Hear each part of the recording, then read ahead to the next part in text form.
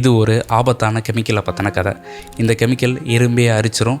இன்னும் acid rain, அப்புறம் cancer cells, இதிலலாம் கூட இந்த கெமிக்கல் காம்பவுண்ட் இருக்கிறத கண்டுபிடிச்சிருக்காங்க. இன்னும் இந்த குறிப்பிட்ட ஒரு கெமிக்கல் பார்த்திங்கன்னா கேஸ் ஃபார்மில் இருந்து அது நம்ம மேலே படும்போது நெருப்புனால் உண்டாகக்கூடிய காயங்கள் மாதிரியான காயங்களை இது ஏற்படுத்தும்.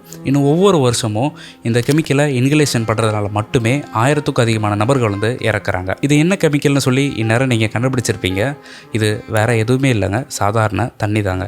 ஆமாங்க, சாதாரண தண்ணி தான். இதை ஏன் இப்போ நம்ம பார்க்குறோம் அப்படின்னா, இதுக்கு பேர் தான் ஃபியர் மாங்கரிங். அதாவது முழுசாக ஒரு விஷயத்த சொல்லாமல் அதில் இருக்கக்கூடிய சில விஷயங்களை மட்டும் சொல்லி மக்களை பயமுறுத்துறது. பொதுவாக இந்த ஃபியர் மாங்கரிங்கிற விஷயத்த நம்ம 2 விதமாக பார்க்கலாம்.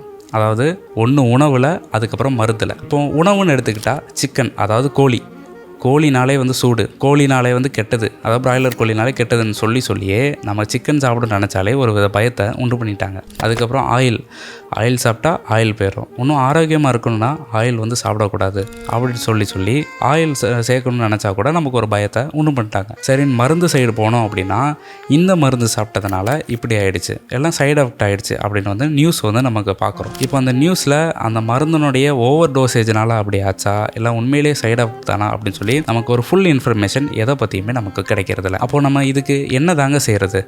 இப்போ பொதுவாக ஃபைனான்ஸ் ரிலேட்டட் கண்டென்ட் போடுறவங்க ஒரு ஹேஷ்டேக் எப்போவுமே யூஸ் பண்ணுவாங்க. எந்த போஸ்ட் அவங்க போட்டாலும் ஒரு ஹேஷ்டேக் எப்போவுமே இருக்கும்.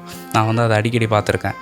என்ன ஹேஷ்டேக் அப்படின்னா DYOR, அதாவது டூ யுவர் ஓன் ரிசர்ச். அதாவது உங்கள் தரப்புலையும் நீங்கள் ஒரு ஃபேக்ட் செக் எல்லாம் ரிசர்ச்சை பண்ணிக்கோங்க அப்படின்னு தான் அர்த்தம். அப்போது இந்த ஒரு விஷயத்தை நம்ம ஆன்லைனில், அதாவது சோஷியல் மீடியாவில் பார்க்கக்கூடிய எல்லா ஹெல்த், அதாவது மெடிக்கல் ரிலேட்டட் கண்டென்ட்டுக்கும் நம்ம அப்ளை பண்ணிக்கலாம். இப்போ நம்ம மெடிக்கல் ரிலேட்டட், அதாவது ஹெல்த் ரிலேட்டட் கண்டென்ட் என்ன விஷயங்கள் நம்ம பார்த்தா கூட எல்லாத்தையுமே நம்ம என்ன செய்ய வேண்டியது இருக்குன்னா, நம்மளுடைய தரப்பில் கண்டிப்பாக நம்ம ஒரு முறை ஃபேக்ட் செக் பண்ண வேண்டியது அவசியமாக இருக்குது.